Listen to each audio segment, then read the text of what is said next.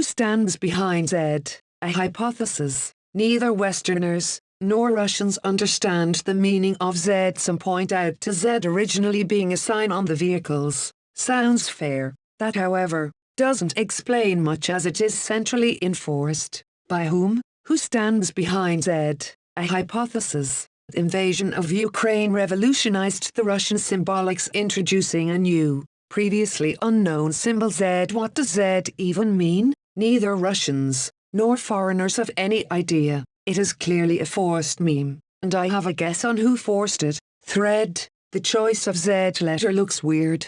First, it doesn't look like anything Russian or Soviet propaganda used before, making it hard to understand. Second, it's not just Cyrillic, but a foreign-looking Latin letter, which makes its choice as a symbol for the patriotic war problematic.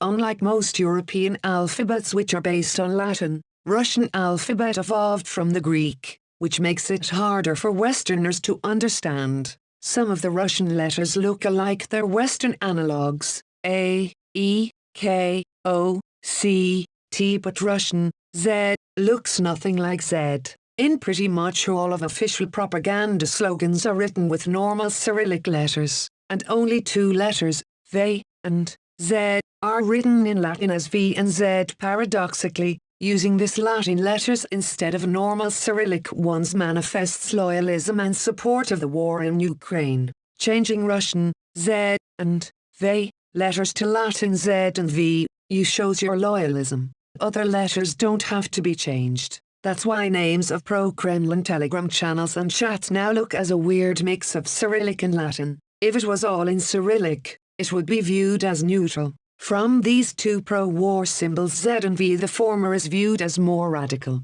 That's how you track the gradual disillusionment in this war. Take this channel. It used to be called Z, very radical. Then Radical Z changed to a moderate V. Now he deleted even V. What does Z mean? Nobody quite understands. Some try to explain it as the first letter of the phrase, Zapobidu, for victory. But why do you need to replace a normal Russian Z to a weird Latin Z which has almost no recognizable allusions to the Russian culture or narrative? So far I haven't found good explanations of what does Z mean. These analyses, for example, don't look sufficient. One points out to Z being a dynamic letter, easy to paint. That's not wrong. Another calls it dangerous. That's not wrong either. Still, it doesn't explain anything.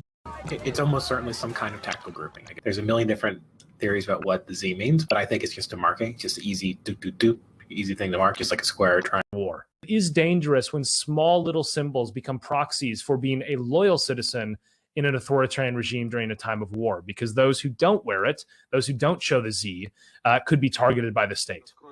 Russians are just as puzzled by Z as Westerners. Watch Russian state TV trying to explain to its audience. They admit that the choice of Latin letters Z and V is a secret that preoccupies everyone. They admit it's a problem and try to link them to the ancient Cyrillic letters.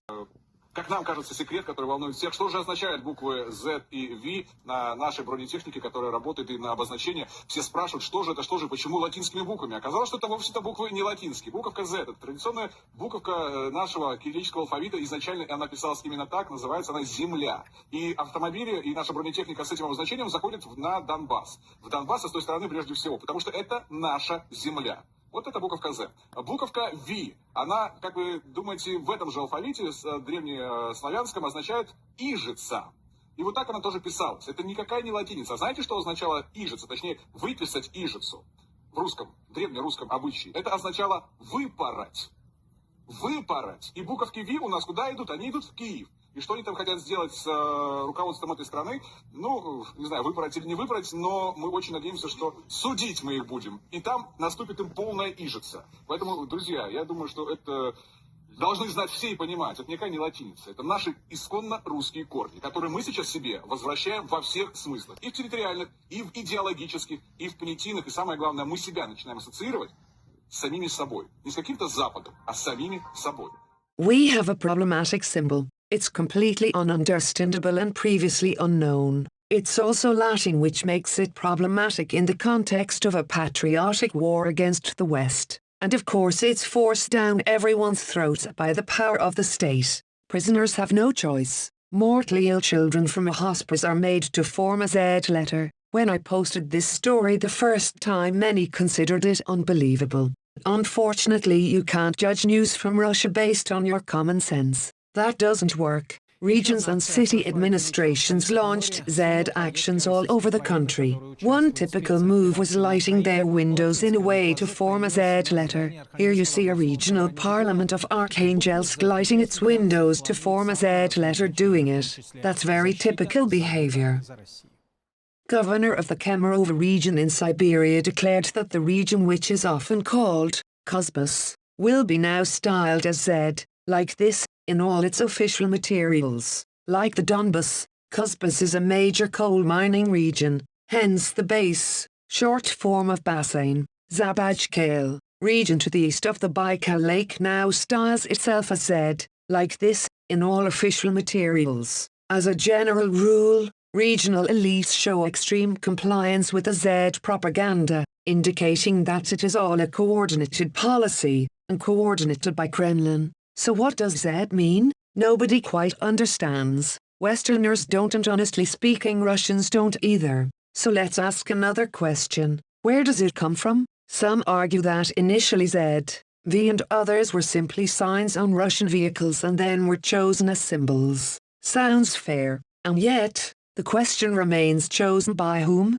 The argument about Russian people or even journalists choosing it sounds very weak. No one who ever lived in Russia would believe in such bees. Russia doesn't allow any initiative from the bottom. Consider a Russian nationalist called Magorov. He applied for a permit for a demonstration in support of the Russian army in Ukraine. Prosecutors issued him a warning which can very easily turn into a legal prosecution. No initiative from the bottom is allowed in the modern Russia. It's insane to assume that in such a centralized, bottom-down country as Russia, which extirpates any agency among its subjects, punishing them for every unsolicited activity however loyalist, such a massive campaign as Z could come from the bottom. Nope, it must come from the top.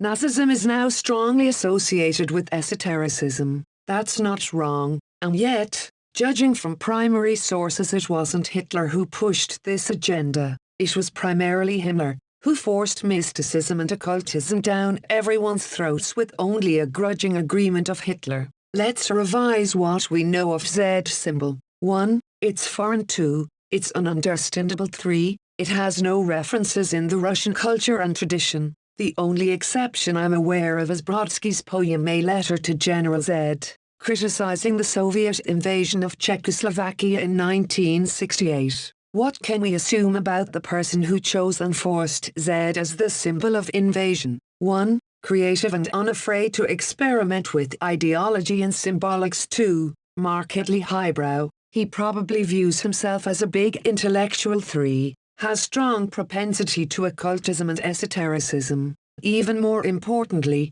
Z author must be a personal friend, equals member of the closest circle, of Putin. Since all the authority in Russia is personified in the Tsar, the person who pushed Z must have a direct access to and influence on the Tsar. Finally, a quick and most importantly creative compliance of regional elites indicates that Z enforcer is directly involved into the domestic policy making. Governors don't just comply, that's easy. They also understand what he wants. That's much more difficult to execute. We don't have enough evidence to determine who is the author of Z symbol, but we know just enough to make an educated guess. Most probably, it's the Russian Tsar for domestic policy, a person who teaches, selects and guides Russian governors. So, Sergei Kurenko, end of thread.